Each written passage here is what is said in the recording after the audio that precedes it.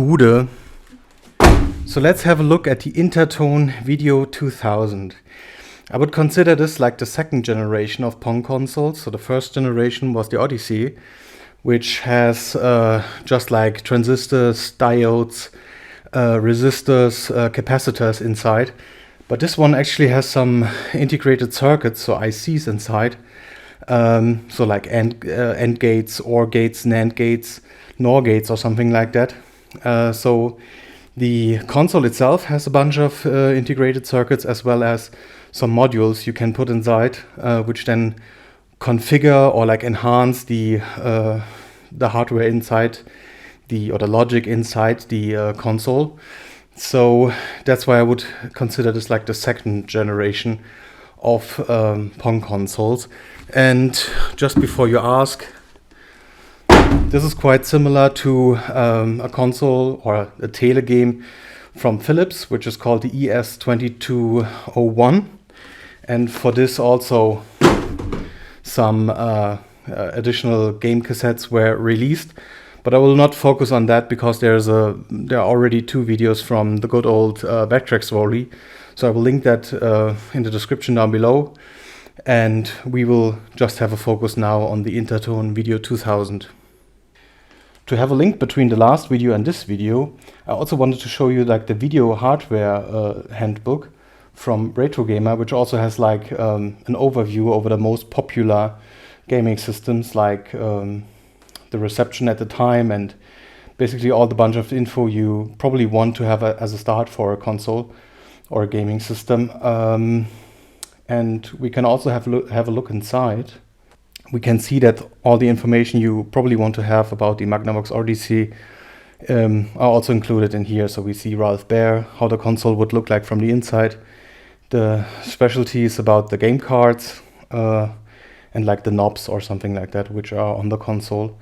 So it's a good overview for most of the popular consoles, but the Interton Video 2000, since it was only released in Germany in this case, you probably don't find anywhere in such compilations or special issues of retro magazines or something like that. So this is how the box would look like for the Interton Video 2000. So you can see how the main unit will look like, the two controllers with the two knobs in this case, like a game cassette which we can insert into the main unit. This will probably look like what it will be on the television screen then, and you can also see like a little collection of games which they advertise that you can play with this system. So we have something like Pelota, Badminton, tennis, catch the flag, skiing, and shooting.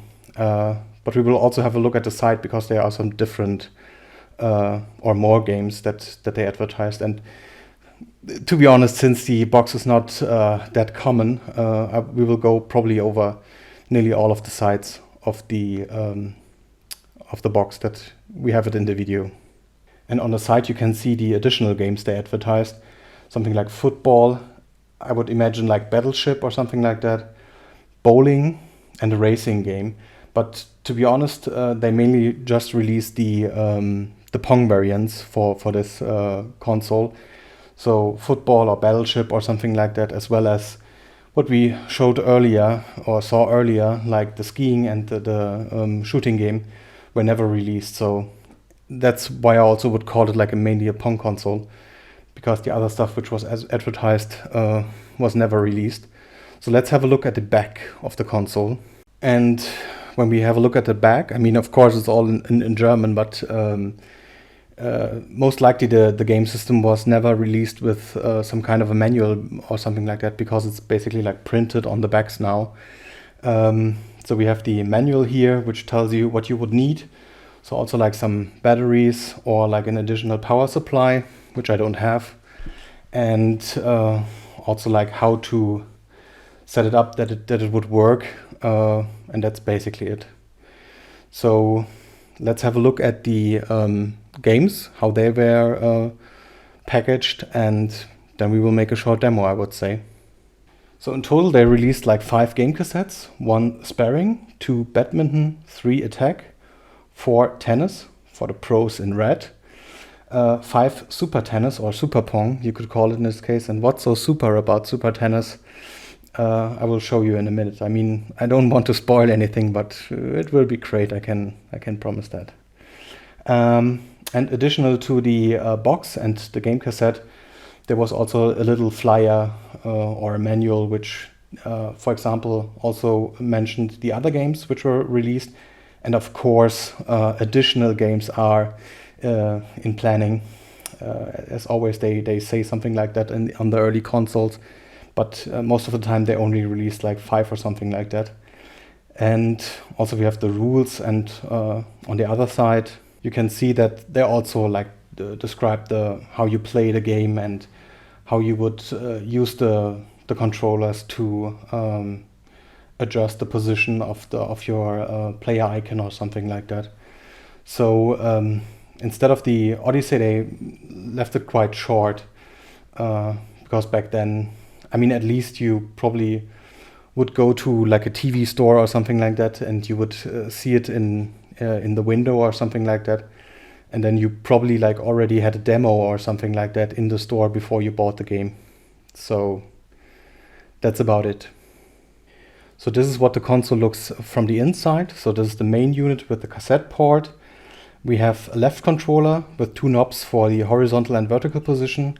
The same for player 2 or the right player with the same 2 knobs. There's also like a button on each of the controller to reset the ball in this case. Then we have like some holes. So what could this be? So we have some sound. So the sound is actually coming out of the main unit, and not from the TV. So the TV has just the image basically. And here we also have a knob for like fine-tuning the RF signal, such that it will connect or like has the right frequency for the TV. And in this case, so the Odyssey had the switch box, but in this case we can directly connect our console to the TV, so to our coax port. And we can basically just start the channel search, so there's no additional adapter or something like that, or a switch box required to get the console working on a CRT TV. And I wanted to show you like a controller in detail, so you can see that each of the knobs is marked, so you can see what is up and down and left and right. And you can also see the button which can reset the ball in this case. And on the side of the console is a port which is used then for the optional power supply. But I will show you the underside of the console where the battery compartment is located. And the controllers in this case are hardwired to the console, so you cannot change that or cannot like fix a broken hand controller just by getting a new one and then attach it to the console. As I said, this is hardwired in this case. So this is how the battery compartment looks like from the inside. So you can see this white part, which is actually detachable. So there's this connector here, which then goes to the internal power circuitry of the console. So it's always good to check that you, when you buy a console like that, that it actually has also this the real battery compartment.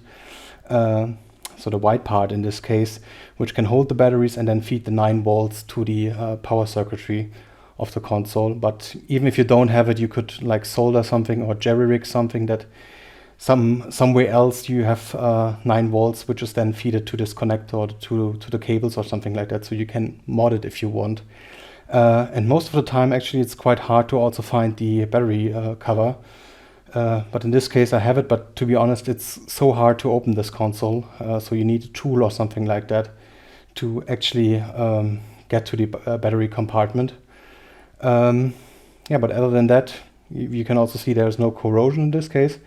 So I will feed the console now with 6 like C monocells, and then we check how it would look like on the TV and how the games are working.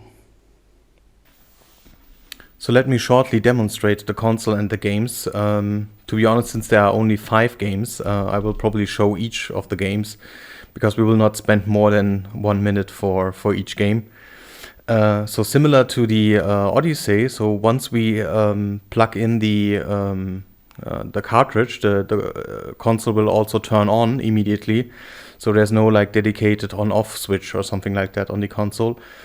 So now I have already inserted game cartridge 1, which is like Sparring or Pelota or like a Pong training in this case. And so I already did this channel search. So if I now turn the knob with the fine tuning, we should be able to get a picture. And similar to the Odyssey, since there is no audio which is transmitted from the console to the TV, we would need to basically mute or turn off the volume.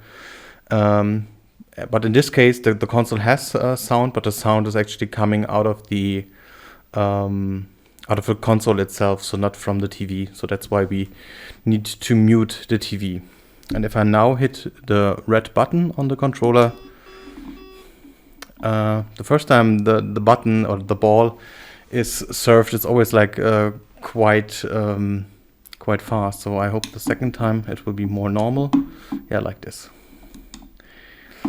And that's about it. So you can have fun for a whole night, especially if you are like just one player.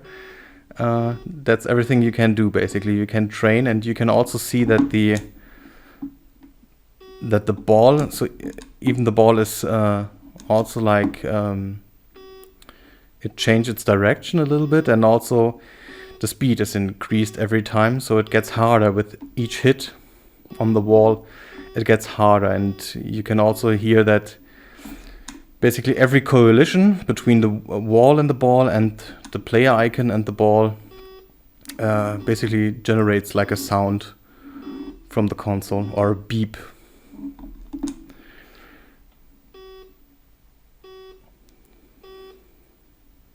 Yeah, and that's basically everything I would like to show about the first game. So let's check the second game. So this is now game cassette 2, which is Badminton. And for the first games, you can only like change the position of the bats vertically, so like up and down. So the other knob for like changing the position horizontally actually does nothing. Only the later games, games 4 and 5, can actually change the horizontal position, at least for the Pong variants. So yeah, I would say then let's have a game of Pong like this. So let's press the red button, and then we can have a game.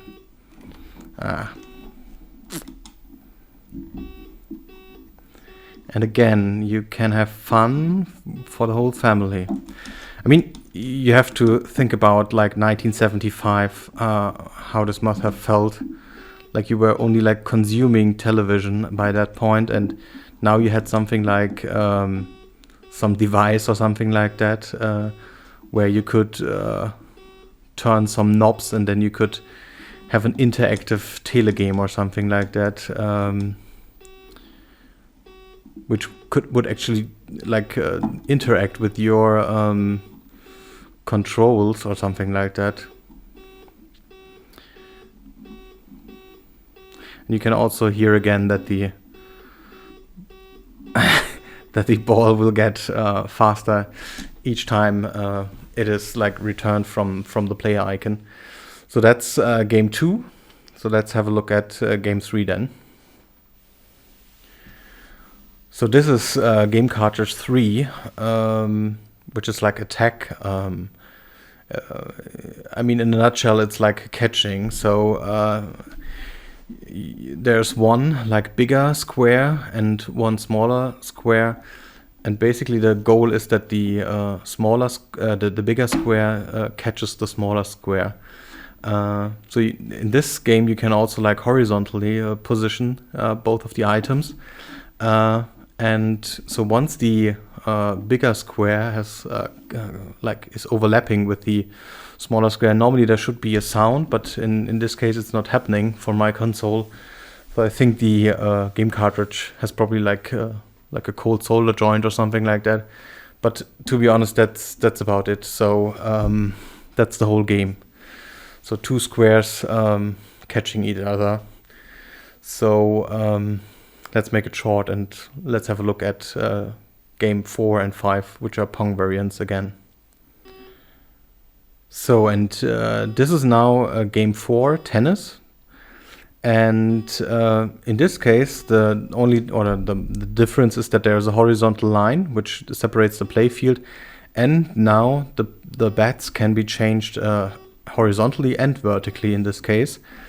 So other than that, actually it's not that different. So when we now play a little bit of it, you can also hear that the sound is actually only generated when the ball is basically going to the out and one of the players like scores a point.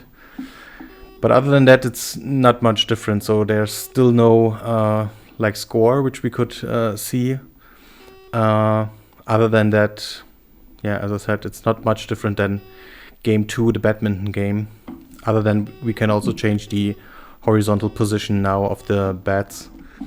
But yeah, that's about it. And now let's check the last one, which is game cartridge 5, Super Tennis. So this is now game cartridge 5, which is Super Tennis, and I hope I didn't promise too much from this cartridge. So you can see at the top there's like a score now. So basically it's like game cartridge 4, which is tennis, and just added with the score at the top. So you can still like change the vertical position of the bats, the horizontal position of the bats, and as I said, you have like a scoring system at the top. So to reset the score or the whole game, both players have to press the red button on the controller.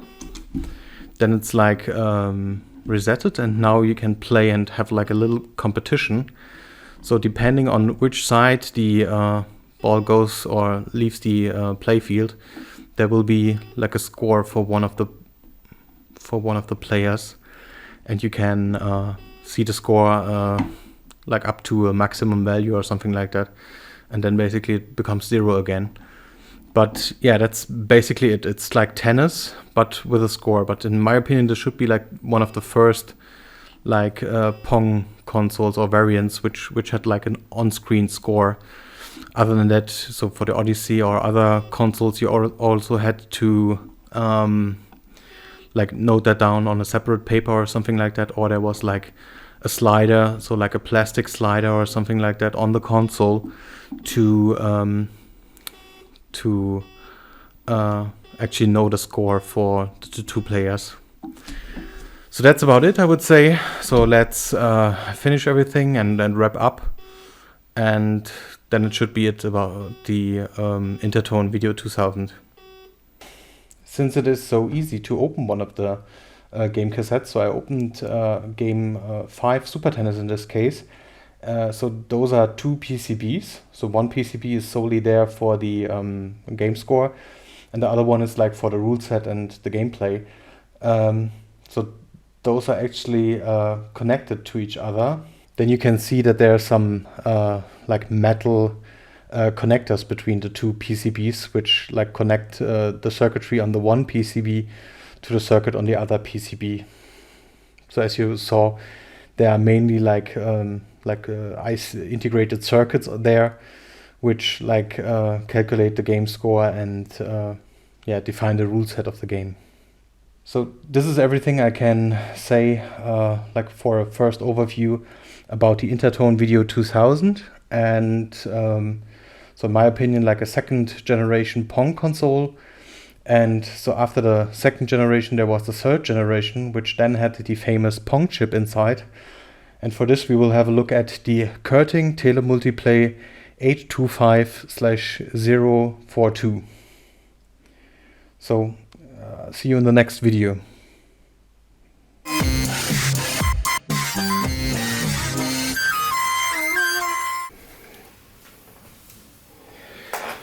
Batterien, Batterien, where are die Batterien? Here.